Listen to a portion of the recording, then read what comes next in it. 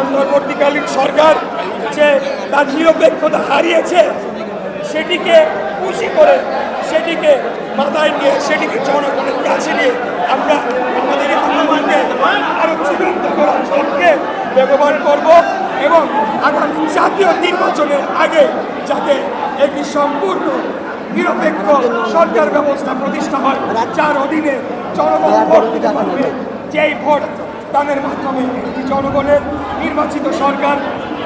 প্রতিষ্ঠা করবে, সেই পদক্ষেপ আমরা আমার কথা একটাই,